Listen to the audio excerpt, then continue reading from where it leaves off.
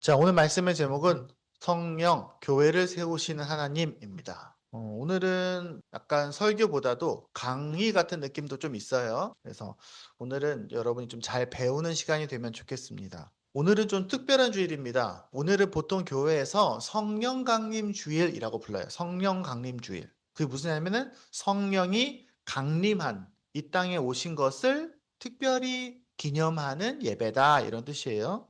네. 그러면 언제가 성령 강림 주일이냐? 매해 달라요.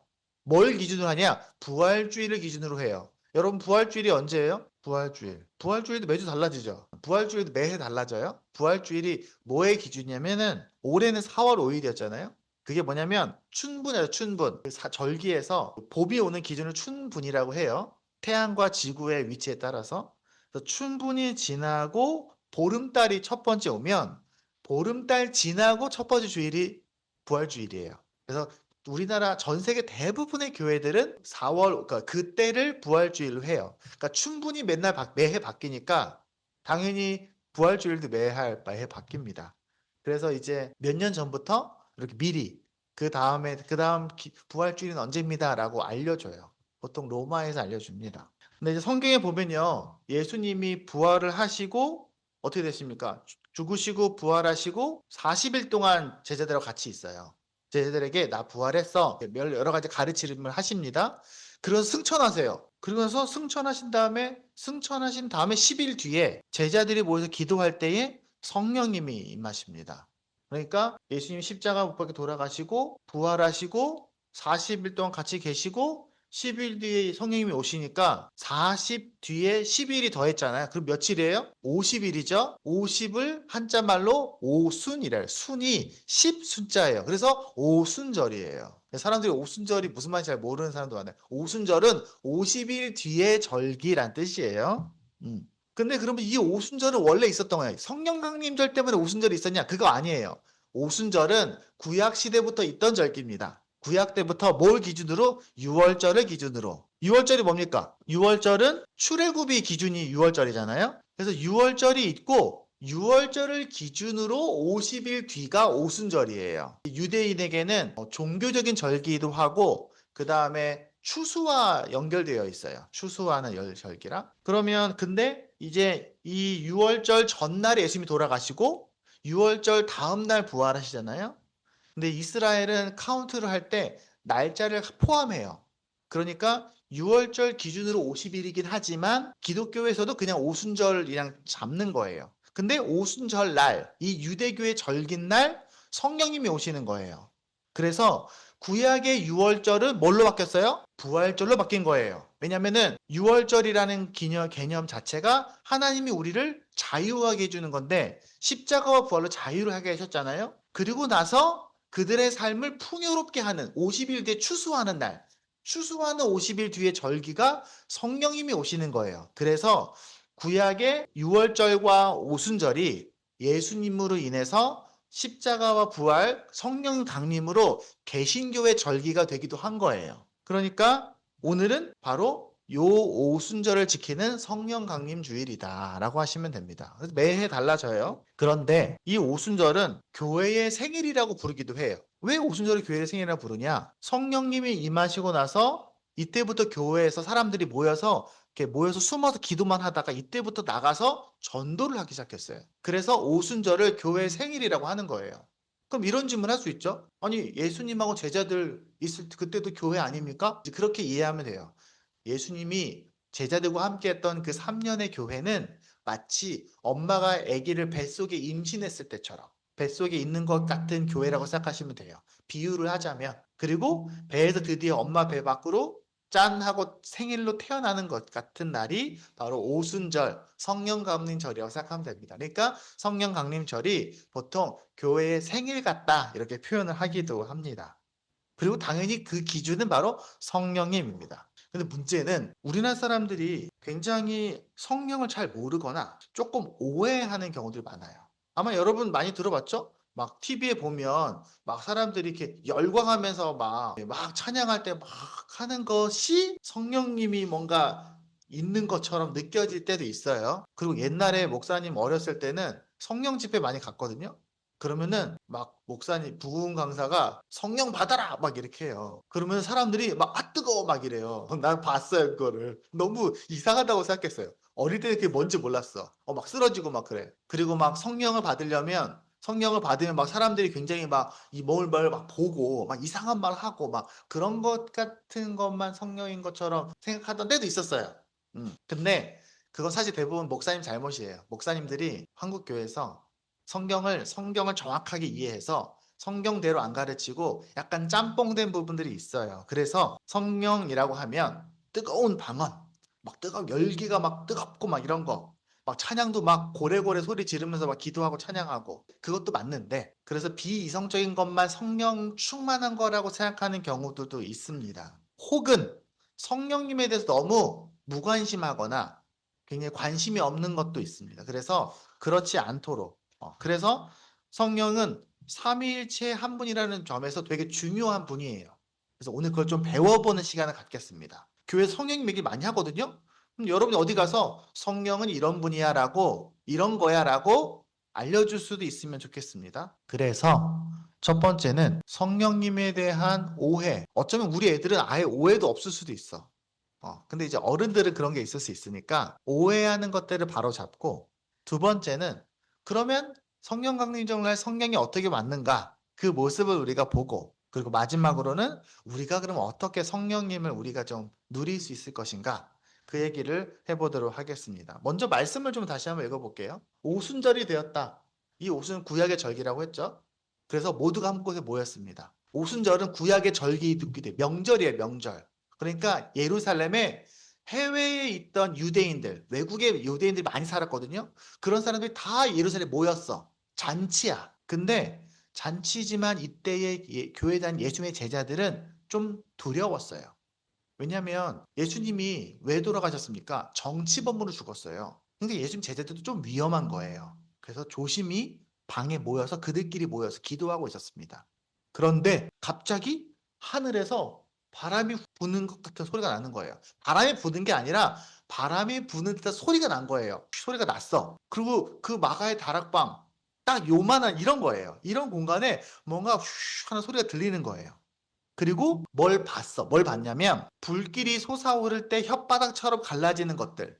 뭔지 알겠어요? 불이 이렇게 붙으면 불이 은넬로 하잖아요. 그 불길이 이렇게 휙휙 하잖아요. 그 불길 같은 게 각 사람의 머리마다 이렇게 있는 거예요. 그래서 그 사람들 머리마다 그런 게 오는 거를 서로 본 거야. 바람 소리도 들리고. 그리고 그것으로 그때부터 그들이 성령으로 충만하게 되어서 성령님이 그 방에 그 사람들의 마음속에 가득하게 되어서 그들이 성령님이 시킨 대로 방언으로 말하기 시작하였다. 방언은 어떤 특이한 말을 하는 거예요. 자, 그게 무슨 말인가? 오늘 이제 오해를 먼저 걷어내는 것부터 하도록 하겠습니다. 한국은 다른 나라에 비해서 종교성이 되게 강해요. 여러분 들어봤죠? 우리나라에 예수님, 난 예수다라고 말한 사람이 70명이래요. 근데 우리나라 왜 그러냐면 우리나라는 무교, 불교, 불교, 무교, 도교 이런 거 전부 다 섞여 있거든요. 유교까지.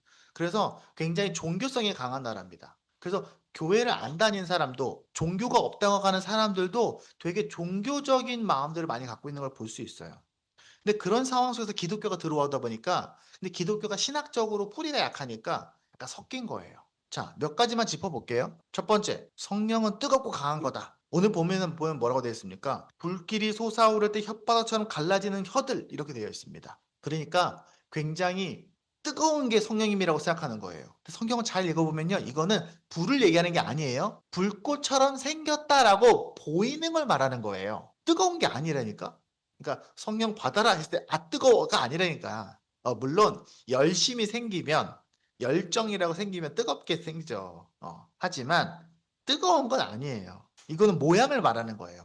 이런 모양을 봤다라고 하는 거예요. 잠깐 본 거예요.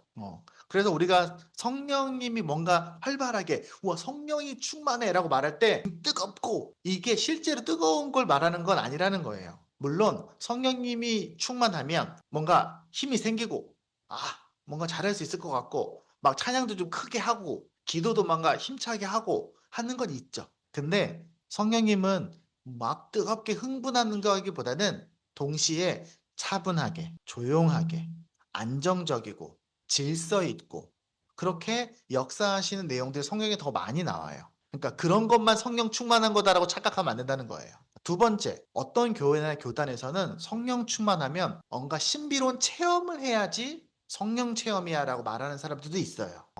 여러분 나중에 다른 교회 가면은 그런 말을 하는 사람들을 볼 수도 있어요. 그리고 방언을 해야 된다. 방언이라는 게 뭐냐면은 여러분 방언 들어봤어요? 애들은 잘 못 들어봤을 수도 있어요. 어른들이 이렇게 못 알아들은 말로 막 못 알아들은 말로 막 기도하는 거예요. 갑자기. 목사님도 방언 해봤어요? 저도 해봤어요. 저도. 기도를 하다 보면 그런 기도를 하게 돼요. 나는 기도하고 있는데 입에서는 내가 못 알아듣는 말이 나올 때도 있었어요. 근데 그래서 어떤 교회에서는 그렇게 방언을 해야지 성령 체험을 하는 거야. 그리고 성령 체험을 해야지 진짜 예수님이 마음속에 있는 거야. 라고 가르치는 사람들도 있어요. 근데 원래 방언이 무슨 말이에요? 방언. 애들 학교 교과서에 보면 사투리예요. 사투리. 방언. 지방의 언어 해서 방언은 사투리예요. 지금으로 치면 외국어 혹은 저기 전라도 경상도 사투리. 그래서 성경에 보면요 방언에 대한 기록이 두 번 나와요.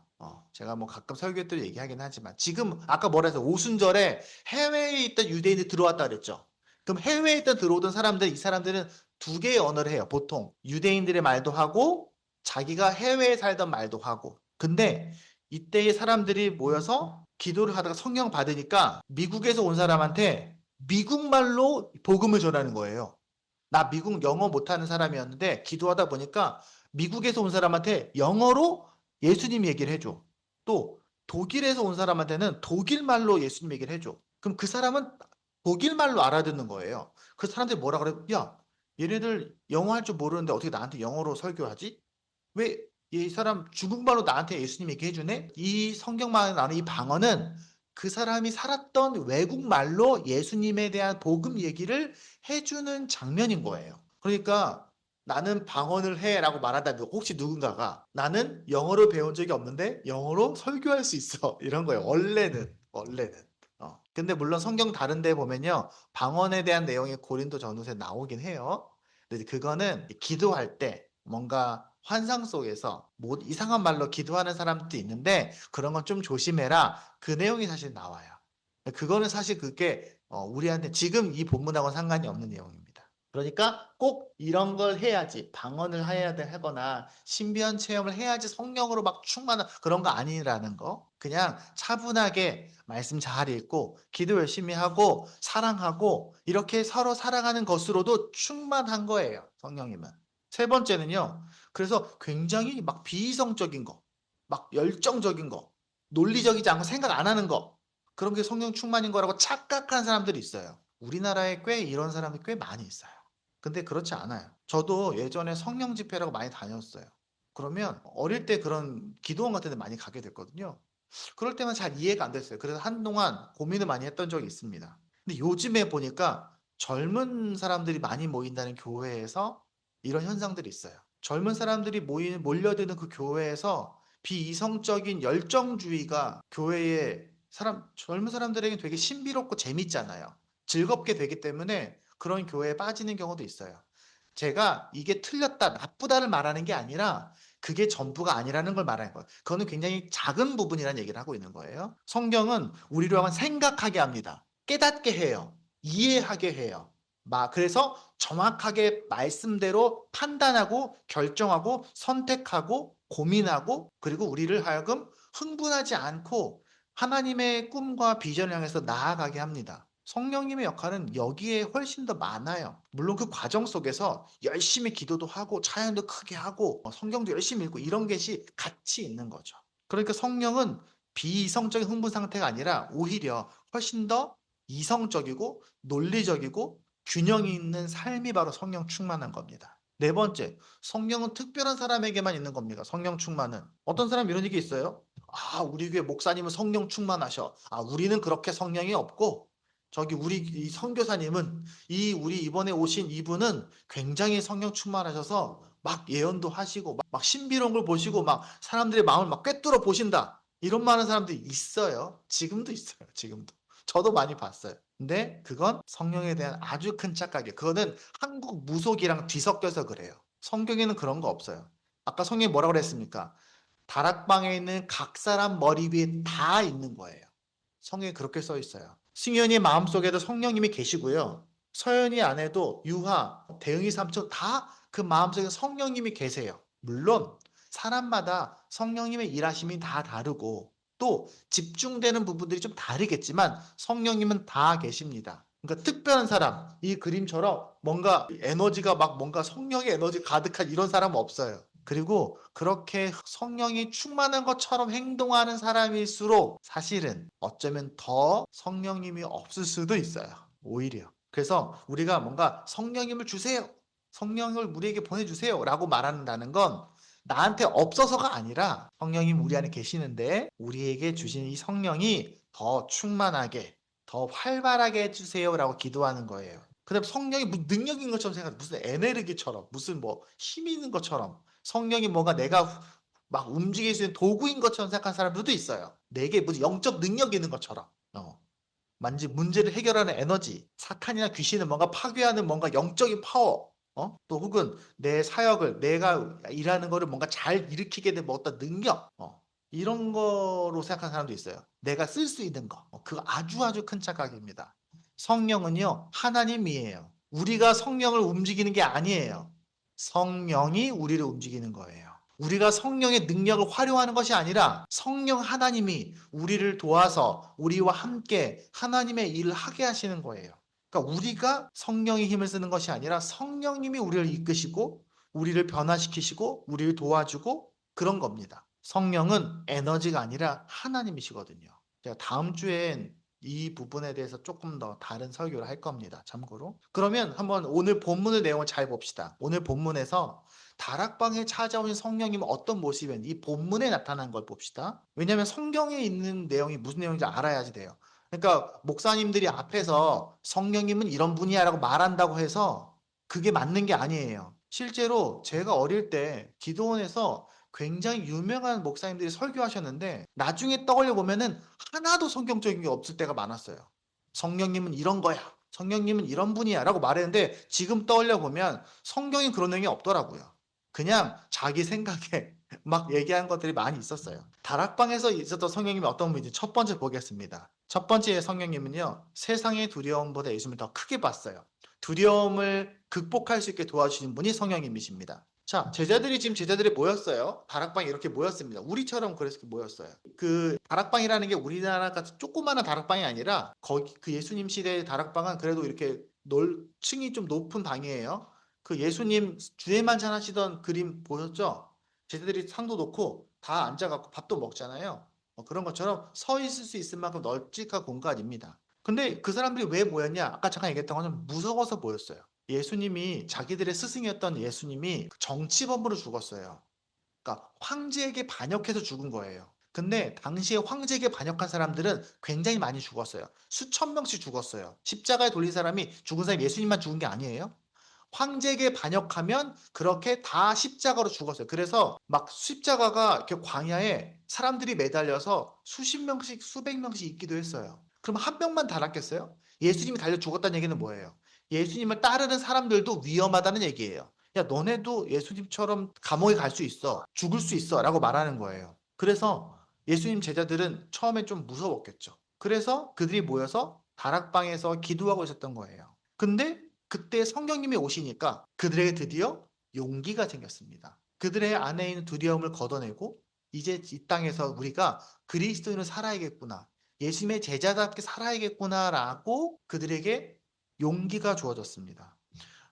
성령으로 충만해지면요, 여러분, 세상에서 여러분에게 주어진 쓸데없는 두려움들이 있어요. 쓸데없는 두려움이 뭘까요? 나 돈 없어지면 어떡하지? 친구들이 나를 미워하면 어떡하지? 나 무시당하면 어떡하지? 내 친구들이, 내 주위 사람들이 나를 떠나가면 어떡하지? 내가 갖고 있는 이 인기, 내 권력, 이러면 어떡하지? 학생들은 나 성적 떨어지면 어떡하지? 이런 두려움들이 있다고요. 두려움이 다 나쁜 건 아닌데 어떤 두려움 필요하죠?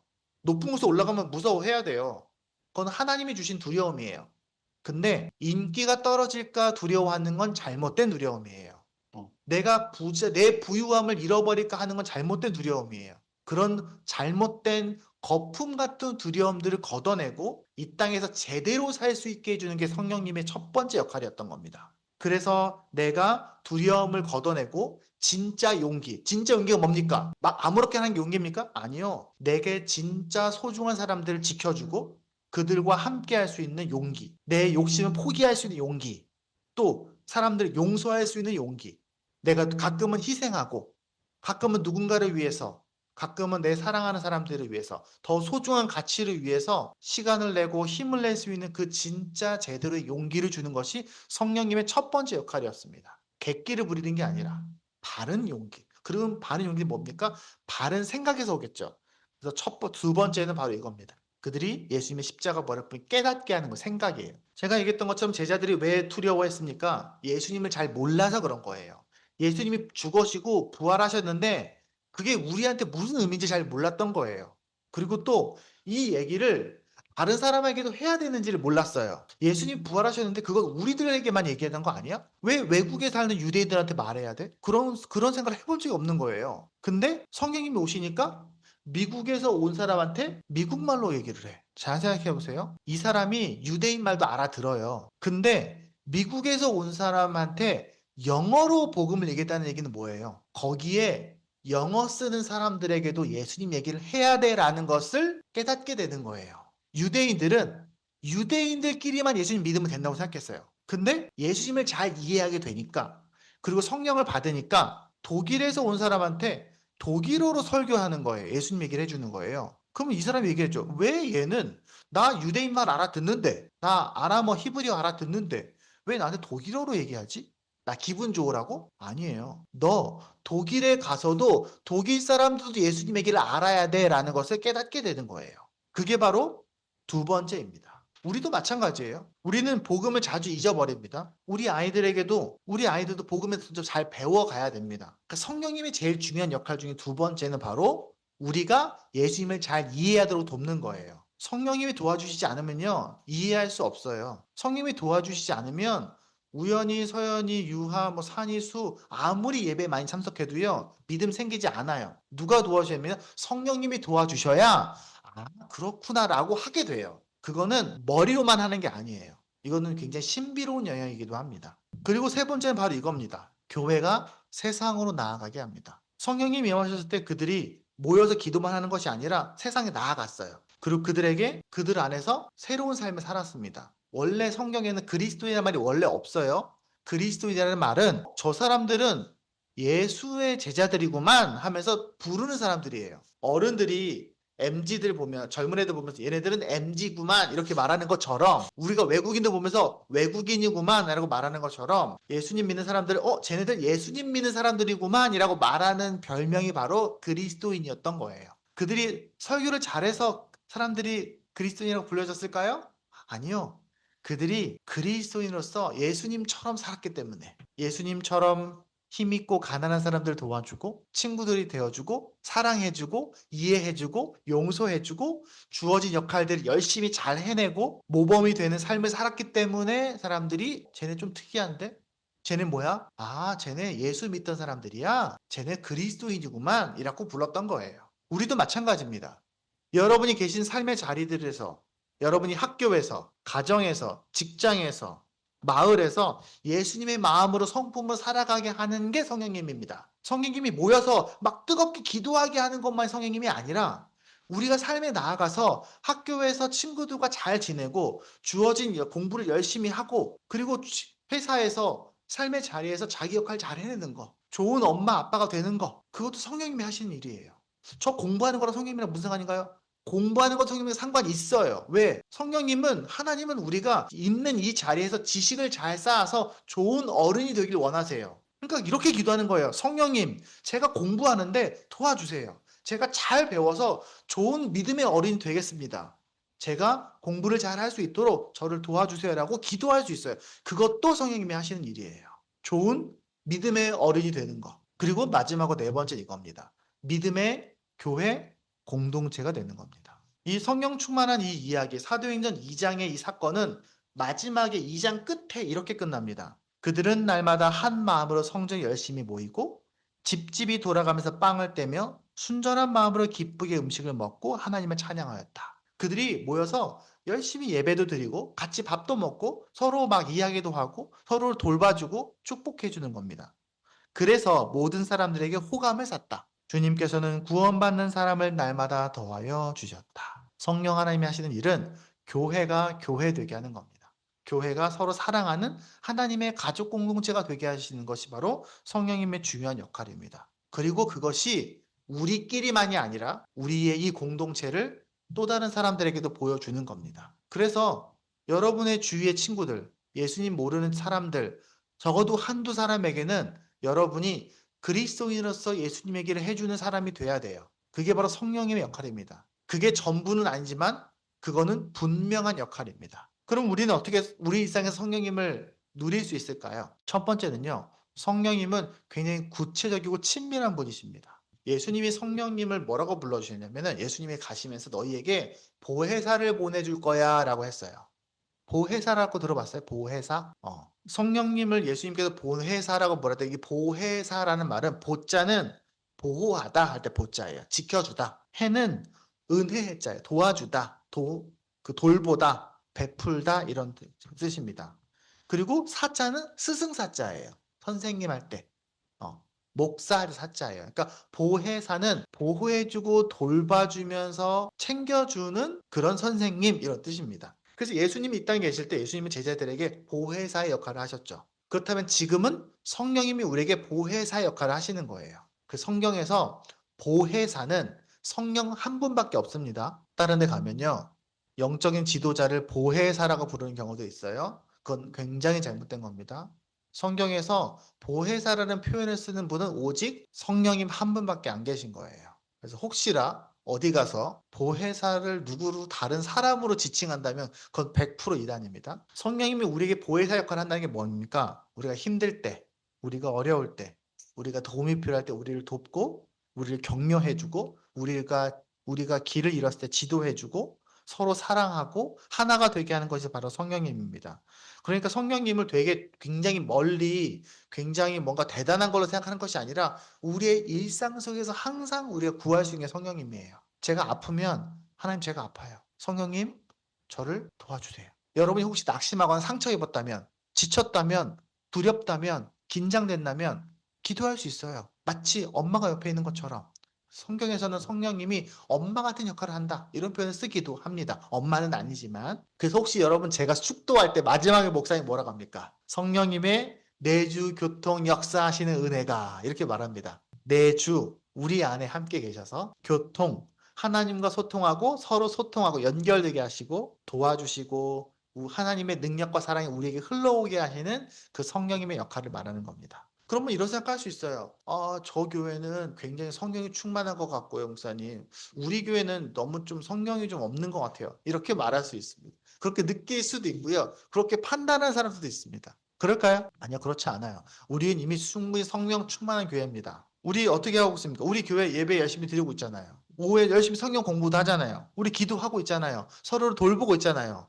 특별히 우리 아이들을 잘 챙겨주잖아요. 이게 다 성령님의 중요한 역할입니다. 제가 예를 든 것처럼 막 환상을 보고 막 뜨겁게 열광적으로 기도하고 그건 성령의 아주 한 부분일 뿐이에요. 그거 없어도 우리는 충분히 성령 충만한 교회가 맞아요. 그 부분에서 여러분 의심할 필요 없어요.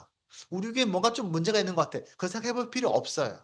다만 우리가 점점 당연하게도 모든 교회가 다 그렇지만 성장할 부분이 있죠. 우리가 나가서 더 사람들을 더 잘 섬기고 기도도 하고 우리 교회가 좀 더 열심히 뭔가 활발해질 필요도 있겠지만 우리는 뭔가 문제가 있어라고 생각할 필요 절대 없어요. 우리는 더 앞으로 더 잘 해 나갈 거예요. 그리고 세 번째는 이겁니다. 성령 충만은 우리가 제가 지금까지 얘기했던 것처럼 모여서 예배드리고 기도하고 찬양 막 하고 이것만이 성령 충만이 아니라고 했죠. 우리의 삶이 바르고 건강하게 세워져 가는 것도 성령 충만합니다. 승현이가 교회 가서 열심히 예배하고 또 학교 가서 열심히 공부하고 친구들하고 열심히 운동하고 잘 지내는 그 모든 과정이 다 성령 충만한 삶이에요. 그 모든 한순간도 그렇지 않은 순간이 없어요. 우리의 삶이 바르고 질서 있고 건강하게 살아내는 모든 것이 바로 성령 충만입니다. 그러므로 여러분 성령님에 대한 오해를 걷어내고 그때 그 다락방에 찾아오셨던 그 성령님을 여러분의 삶 속에서 친밀하게 구하시기 바랍니다. 우리 오늘 찬양했던 가사를 한번 다시 한번 볼까요? 저는 이 가사가 되게 잘 썼다고 생각합니다. 허무한 시절 지날 때 깊은 한숨 내쉴 때 그런 풍경 보시며 탄식하는 분이 있네. 안타까워하는 분이 있네. 고와 같이 너희를 버려두지 않을 거야. 내가 너희와 영원히 함께 할 거야. 혹시 너희가 억눌리고 갇히고 자유함이 없다고 생각하는 피난처가 되시고 우리에게 자유하게 하시는 성령님이 우리에게 계셔. 주님의 영이 있는 곳에 참 자유가 있다. 진리의 영인 성령이 오셨다. 그 나라 그분이 오시면 어떻게 되냐? 그의 나라를 꿈꾸게 하신다. 하나님의 나라를 꿈꾸게 하신다. 당연히 하나님의 나라는 지금 이 땅에서 우리가 하나님과 함께하는 바로 그 상태를 말하는 겁니다. 그 성령님이 여러분의 일상 속에서 또 우리 교회가 함께 풍성하게 누리고 또 그런 복을 누리는 우리가 되기를 주님의 축복합니다. 함께 기도하겠습니다.